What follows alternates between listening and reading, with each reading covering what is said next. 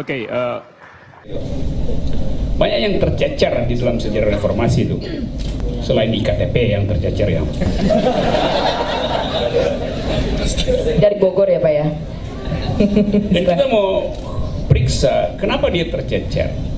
Kalau kita bikin semacam sinopsis dari reformasi, reformasi itu intinya cuma satu, mengembalikan akal sehat. Karena pada waktu rezim Soeharto, akal sehat itu dihilangkan, dimusuhi, tidak boleh berakal sehat karena hanya boleh ada satu akal, yaitu akal yang militeristik tuh. Tetapi kemudian kita putuskan untuk menghentikan akal militeristik itu, lalu kita kumpulkan energi pada waktu itu. 98 saya penasehat Buyung Nasution sebagai ketua YLBH. Jadi kita biasa itu rapat terus menerus di YLBH. Ada pemanasan 2 tahun sebelumnya segala macam. Kamu tahu? Tahu, saya tahu peristiwa Ancol itu.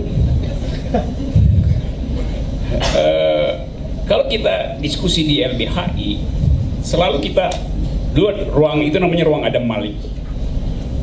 Sekarang dibikin bertingkat, dulu cuma 2 lantai itu. Kalau kita diskusi di ruang bawah Adam Malik situ, kita mesti pastikan jendela di lantai 2 itu dibuka. Karena setiap saat akan ada polisi atas suruhan tentara, dulu polisi dibuat tentara, untuk membubarkan diskusi itu. Kalau kita melawan akan ditangkap, nah itu kita mesti lari supaya bisa lompat jendela tembus ke jalan sebelah itu, jalan Bendut.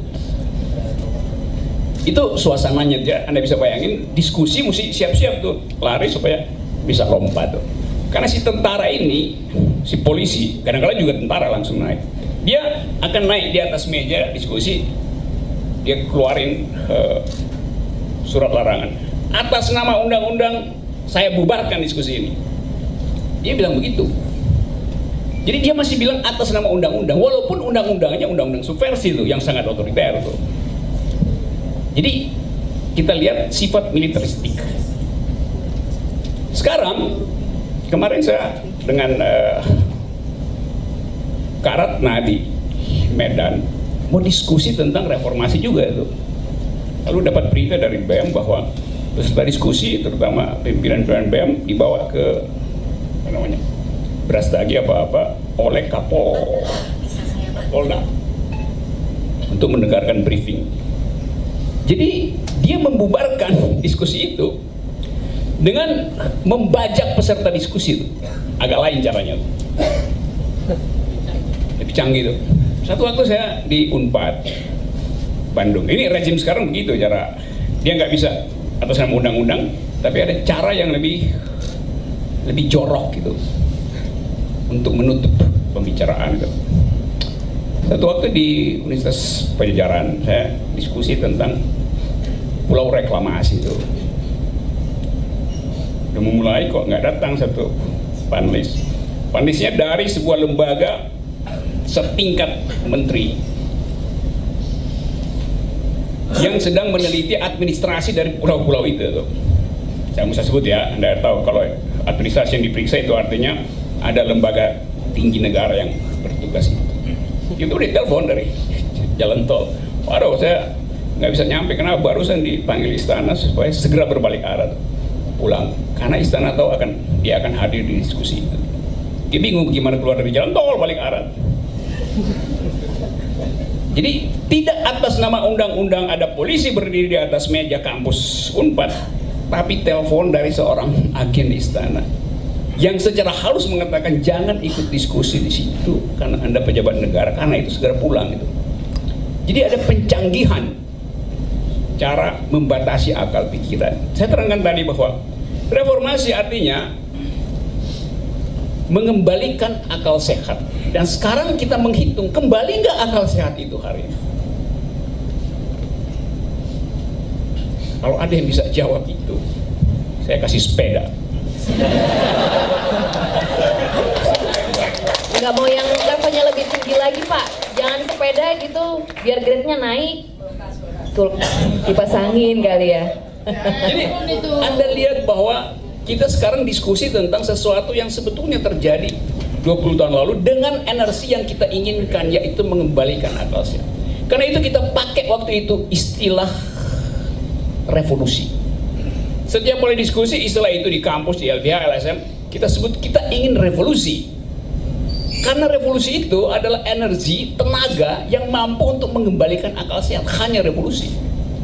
Tapi kita nggak tahu kenapa akhirnya kita pilih kata yang lebih lembek dari revolusi, yaitu reformasi. Kata itu kurang kuat sebetulnya. Hanya karena kata revolusi dianggap kiri pada waktu itu. Karena itu tercegatlah kita untuk mengucapkan itu. Padahal secara mental kita ingin ada satu perubahan yang betul-betul kualitatif. Pindah dari satu kimia ke kimia yang baru, itu perubahan kualitatif, perubahan kimiawi. Dari konstruksi militeristik ke konstruksi orde baru, ke reform demokrasi, itu perubahan kualitatif. Reformasi hanya mengubah kuantitas, bukan kualitas. Karena itu kita lihat bahwa setelah reformasi, komponen-komponen orde baru dalam bentuk transaksi koruptif masih ada di kita hari ini. Jadi dia carry over, terbawa ke dalam sistem yang baru. Itu yang terjadi hari ini. Jadi kita tidak gagal untuk membuat tenaga itu maksimal karena kita takut mengucapkan revolusi. Kita pakai kata yang lebih lemah, yaitu reformasi. Bahkan sekarang reformasi diganti dengan kata yang lebih lemah lagi, yaitu restorasi. Restorasi artinya ya udahlah, betulin dikit-dikit loh. Saya nggak sebut nama partai loh. Jadi Anda lihat bahwa kita sebetulnya sekarang gelisah karena kehilangan konsep. Kita nggak tahu mau beri nama apa keadaan sekarang ini. Keadaan yang memburuk karena akal tidak diucapkan oleh pemimpin negara. Anda lihat problem kita hari ini adalah problem literasi. Bangsa ini ditugaskan oleh konstitusi, pemerintah ditugaskan oleh konstitusi untuk mencerdaskan kehidupan bangsa. Itu tugas, bukan tujuan kita tujuan bernegara bukan untuk cerdas. Tetapi konstitusi mewajibkan pemerintah untuk mencerdaskan kehidupan bangsa. Artinya, kita perbanyak kritik. Supaya cerdas kita mesti kasih kritik. Tapi sekarang Anda nggak bisa kritik. Anda dimusuhi kalau kritik. Rejim ini memusuhi pikiran, memusuhi hashtag, segala macam dimusuhi. Jadi kesempatan untuk mencerdaskan itu hilang karena nggak ada aura edukasi di dalam elite kita. Soal literasi misalnya, Anda bayangkan setiap kali presiden bertemu rakyat, dia kasih kuis tentang nama-nama ikan. Bahkan dibantu sedikit, depannya elo, kenapa tuh lele. Jadi anak itu tidak dididik untuk berpikir kritis, karena seperti sekedar menghafal lalu mengisi form multiple choice. Ikan yang tidak bisa digoreng apa namanya? Ikan batu, batu ikan. Hanya itu yang kita dengar. Lain presidennya punya kecerdasan, dia akan kasih kuis semacam ini misalnya. Kalau misalnya Pak Sudirman Said pasti kuisnya bunyi begini. Nah, ini ada sepeda, tapi jawab dulu pertanyaan saya. Apa Pak Presiden? Mengapa ikan tidak bisa naik pohon? Mengapa ikan tak bisa panjat pohon? Pertanyaan itu akan membuat si anak berpikir keras dan dia akan ganggu gurunya besok pagi. Kalau dia nggak bisa jawab, dia akan datang ke kepala sekolahnya. Mengapa ikan tidak bisa naik pohon? Kepala sekolahnya bingung, dia akan panggil guru fisika, dia akan panggil guru biologi. Maka terjadi diskusi di sekolahnya yang SD hanya karena pertanyaan cerdas dari seorang presiden. Nggak jadi dapat sepeda dong Pak? Dia akan dapat sepeda kalau dia bisa jawab. Karena itu dia berupaya untuk ganggu gurunya. Karena sepedanya baru dia peroleh kalau dia bisa jawab. Ditunggu oleh si presiden. Presiden bilang, oke, 2-3 hari saya kasih kesempatan ya. Kalau dia nggak bisa jawab juga, guru ini, maka bapak ibunya akan diganggu oleh si anak tuh. Maka bapak ibunya akan search Google, Wikipedia, dia cari literatur itu. Sehingga terjadi kegemparan pikiran di desa itu. Dengan akibat misalnya, LSM akan naikkan isu itu, lalu Menteri Pendidikan diganti. Saya bayangkan bayangkan itu, revolusi mental harus sampai di situ. Karena apa? Karena Menteri Pendidikan tidak mengajarkan anak dalam kurikulum untuk berpikir kritis. Maka Presiden akan bilang, saya ganti Menteri Pendidikan. Karena anak SD nggak bisa menjawab, kenapa ikan tidak bisa naik pohon itu, manjat pohon. Terjadi perubahan kurikulum. Jadi kita bayangkan, kecerdasan itu yang kita tunggu. Tapi kita nggak mungkin berharap kecerdasan dari seorang yang pelangap-pelongo. Nggak mungkin.